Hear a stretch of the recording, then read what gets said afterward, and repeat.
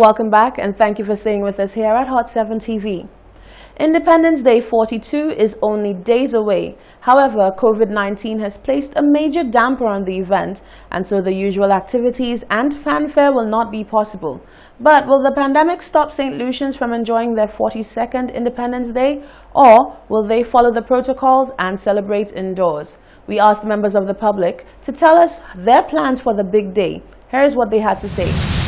My plan, because as I was out for a whole month, my plan is if I could watch them on TV. That's the only plan I have for the Independence Day. On TV I could watch them because we cannot do much. This morning I really thought of that because since people concentrating more on the COVID, the independent somehow, erase off their mind. But for this COVID independent, I will celebrate the independent, only social distancing. I will stay away from all crowds. I will wear my colors, which I normally do every year, but I will stay away from the crowd. The plans, it's not like before, guys. We're going to miss a lot of things. We're going to miss a lot of things, in that independent.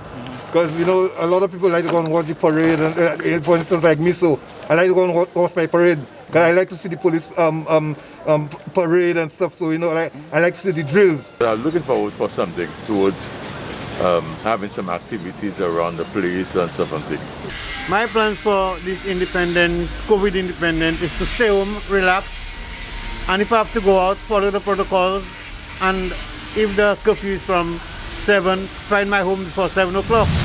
St. Lucians are being asked to not be alarmed by sightings of various wildlife species across the island. The acting chief forestry officer says that the animals are simply part of the ecosystem and serve an important role. The Forestry Division continues to get reports of sightings of various species of wildlife across the island. While some may pose some danger to humans, the acting chief forestry officer, Alwyn Donnelly, says that residents have nothing to be fearful about.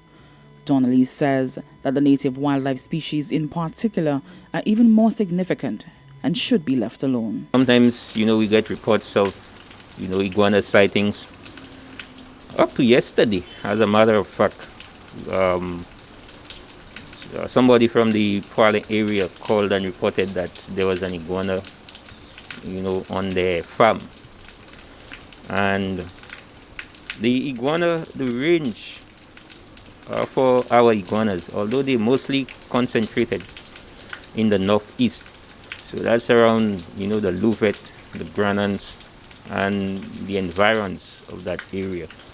But it's possible that you can get sightings out of that general area, and for different reasons. Donnelly says that more often than not, these animals are merely engaged in survival activities and do not pose a threat to humans. When, persons see those species, and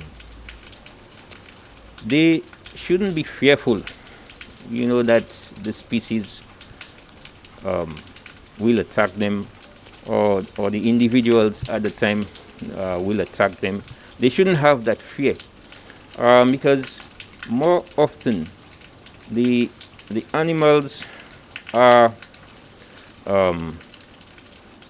more often they are on some, life survival, activity. Sometimes they could be searching for mates, sometimes just searching for food.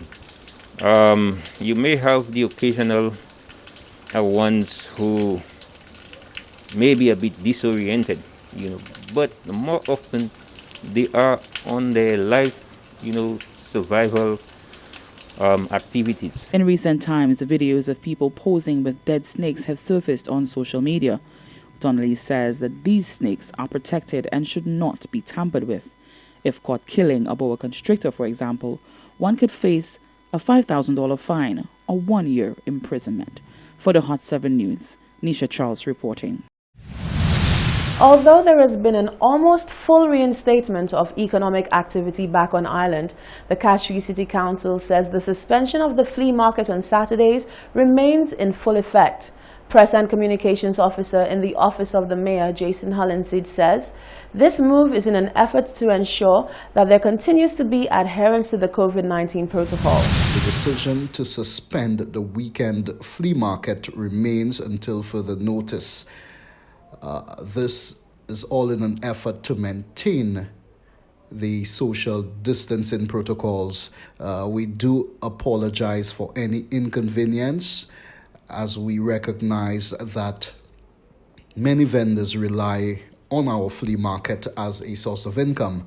We do appreciate the understanding and the flexibility while we are trying to find ways to safely return to a state of normalcy. Vendors and farmers who usually vend out of their vehicles are being urged to make use of the new location made available to them.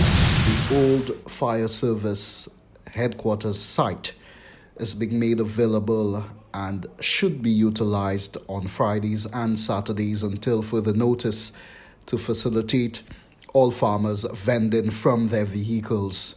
We at the Castries Constituency Council were still actively monitoring COVID-19 developments, and this change to our service operation is to minimize the person-to-person contact to reduce the potential spread of COVID-19. Persons have been asking about our provisions market, so we'd like to inform them that the provisions market remains open, guided by strict protocols and regulations.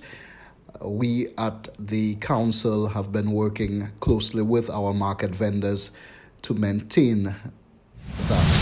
Hollinseed says the fight to ensure the mitigation and ultimate stop of the spread of COVID-19 is reliant on everyone joining the fight and sacrificing when they have to. In other news, can an officer be trained within the span of 1 week? Former Commissioner of Police Severin Mosheri, during his second appearance on the hot seat, explained that it is totally possible. Members of the public continue to be highly critical of the COVID-19 wardens, even more so now after video footage of the young wardens in a tussle with a man, as well as pictures of them confiscating cannabis, has gone viral. Former Police Commissioner Severin Mosheri on Wednesday, during Hot 7's hot seat, answered one of the burning questions being asked by members of the public. Can any officer tasked with upholding the law be trained adequately in such a short space of time? With them, what happened is that we give them the basic tools needed, and they continue on the job training. So it is not something that they just got 10 days and that was it. They had an intense 10 days to learn all the various procedures as it relates to policing, but they continue to get on the job training. Mosheri explains that the wardens, once appointed, are to be given the same respect as regular officers of the Royal St. Lucia Police Force. People refer to them as COVID wardens. They are actually peace officers. And the Police Act makes provision for the Commissioner of Police to appoint peace officers. So they are appointed peace officers, and they have the same powers, the same advantages, the same immunities of an ordinary police officer. Upon the introduction of the City Police program, there was also lots of criticism from members of the public as well. Mosheri says, while City Police are not directly under the purview of the RSLPF, the Commissioner does have some say in some of the matters pertaining to them. The City Police fall under the purview of the Mayor. However, they are made special constables and administered the oath by the Commissioner of Police. So the Commissioner of Police would have some sort of control, because if you're not satisfied with the performance of a city police, that person would not receive the oath, and they cannot function without getting the oath. However, they fall under the purview of the Mayor. The peace officers, or COVID wardens, were initially contracted to assist the Royal St. Lucia Police Force with handling the COVID-19 situation. Reporting for Hot 7 News, I am Genevieve Gonzalez. This is the Hot 7 TV Nightly News. Stay with us, we have more after this break.